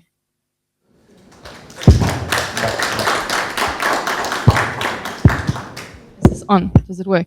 Okay. Thank you so much. I'm going to try and answer Laura's and Amira's question in one. About this sort of question about the good and the bad and the dehumanizing. I think maybe we can think of good and bad more as in like acceptable and unacceptable forms of blackness. They're both dehumanizing. They're both take away what makes people human, which is what white people are supposed to then inhabit, fully. But they say black people are deficient in that. And I think it's important to note that, this acceptable blackness or good blackness only exists under conditions of unfreedom. And acceptable is the version that affirms Western superiority, that affirms whiteness as smarter and better and more advanced. And maybe, if we look at sort of the ideal refugee, so Amira, this is about you, the ideal refugee comes from a country that's chaotic, where the government can't govern, where the government can't provide for its own population, and they come and they're helpless and they need to be rescued. And, as soon as they make a decision or they have a cell phone, they get punished for actually having agency. So that would be for me an example of how this comes in today.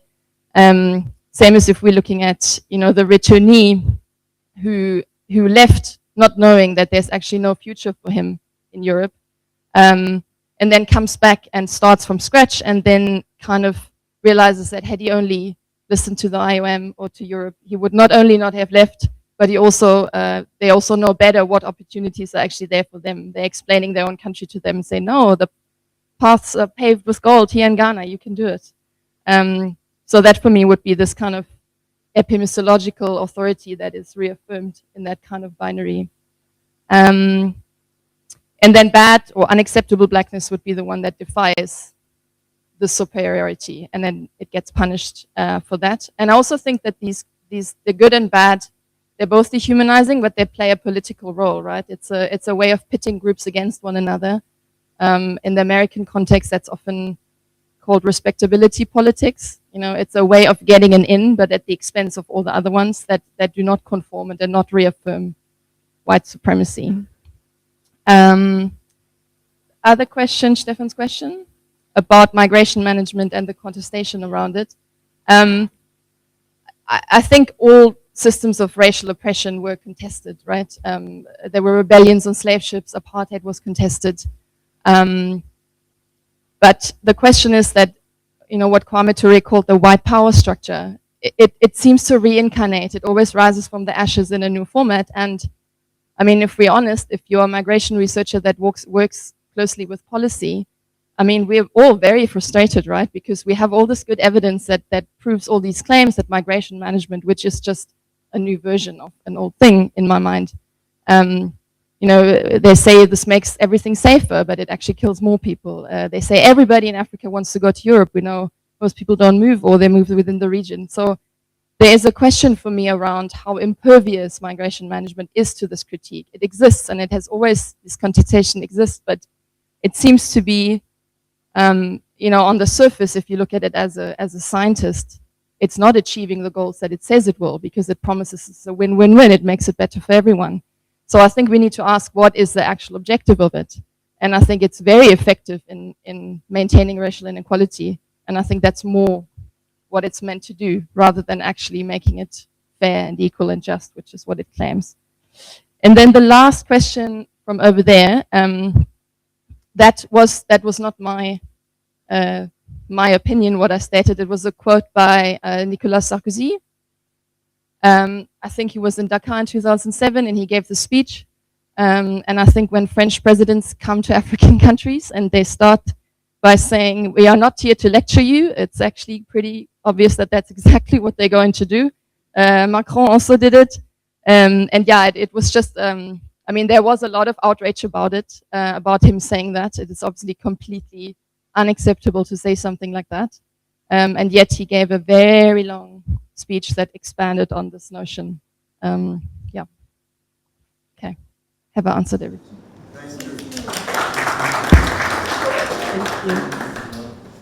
Thank you. You asked how did they cope. I remember when I made my speech, I said informal support and networks and religion community help them.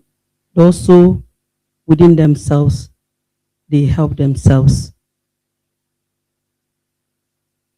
You asked a question, how did they see themselves and how would they come out of it? Believe in me, being disabled is not an easy journey. But if you don't have the right people around you and you having the right mindset, you tend to not be stable at all time. But in this, you have to support them, listen to them, help them to understand that the situation they are in is not the end of their life. Just like the example I made earlier on, I said, the lady I met, she has been in that situation for 4 years, but just one day changed her mindset, knowing fully well that she can do anything that she wants to do, refuse to give up in that situation. I also use myself as an example. I told myself that I will not remain where I am. But right now, where I am now, has showed me that I can do more. Thank you. Thank you not only for the statement that you made, but for your hope you are giving to all of us. That if we fight, we will get more.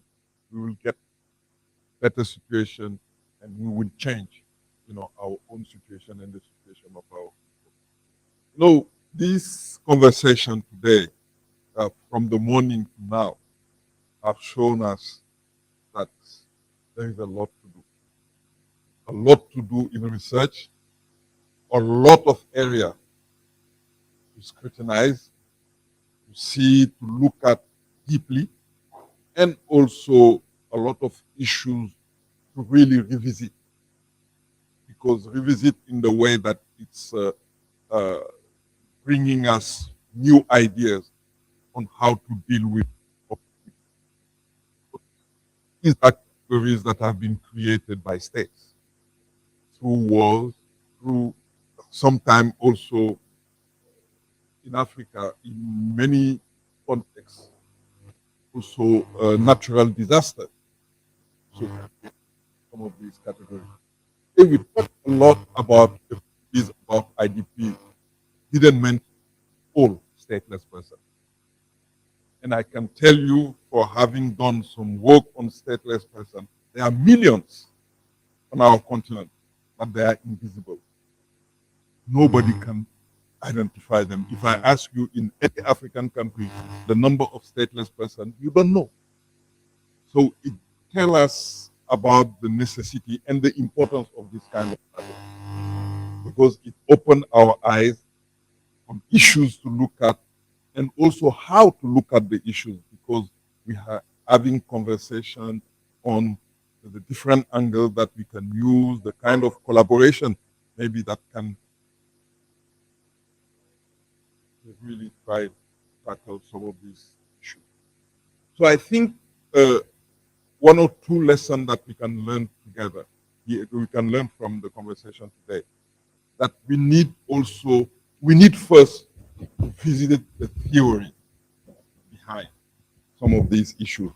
And visiting the theories, meaning knowing better the history of some of these concepts and some of these treaties, because today what you rightly said, the 1951 convention, there was no single African country, maybe except Ethiopia, who participated in the draft. It was done by European for European context.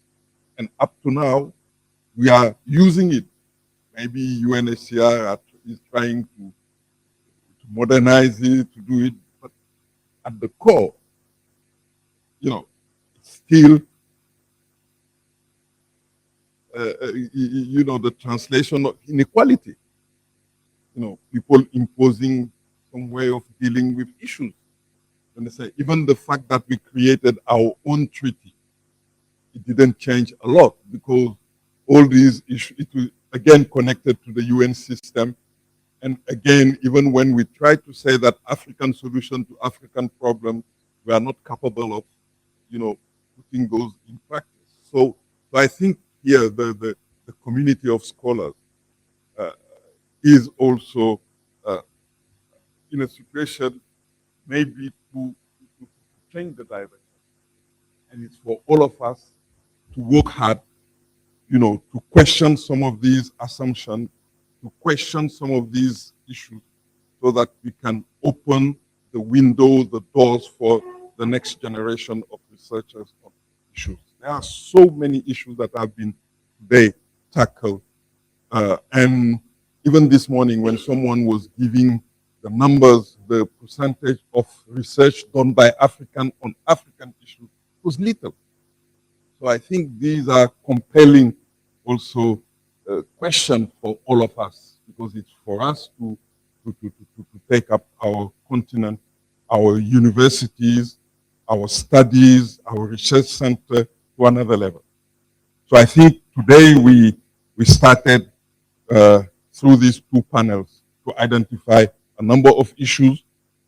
We have 3 other panels, and those 3 panels, like the one tomorrow, it's about border crisis, which was even bringing us closer to our realities. So I hope that, like today, we will keep on time.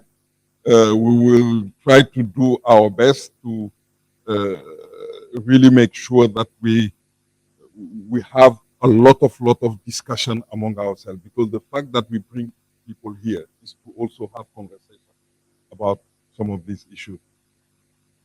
We are finishing at least on time because it's not yet 5:30. That's it. Can I give the floor to Ed? Thank you so much, Ibrahima. I will switch to French. Merci. On avait en fait prévu de faire dans les discussions qu'on avait dans la préparation, on voulait faire un discours de fin pour chaque jour. Et finalement, on a fini par l'enlever, mais Ibrahima a très très bien résumé la journée. Donc merci beaucoup. Donc là, ce qu'on a fait, c'est qu'on a décalé la pause café à maintenant. Donc si vous voulez, vous pouvez tout à fait prendre un café avant de rentrer à l'hôtel. Une autre information est que le dîner ce soir donc, est plutôt à 20h. C'est écrit 19h30 sur le programme, mais ils ont 20h. Et troisième information, demain matin, le bus partira de votre hôtel à 8h45. The bus will leave your hotel at 8:45. Okay? Cela marque la fin de la journée. Donc, vous avez la pause café maintenant. Votre bus va partir à l'issue de cette pause café. Et on se retrouve ce soir pour le dîner, ou sinon demain matin. Merci beaucoup en tout cas. Merci.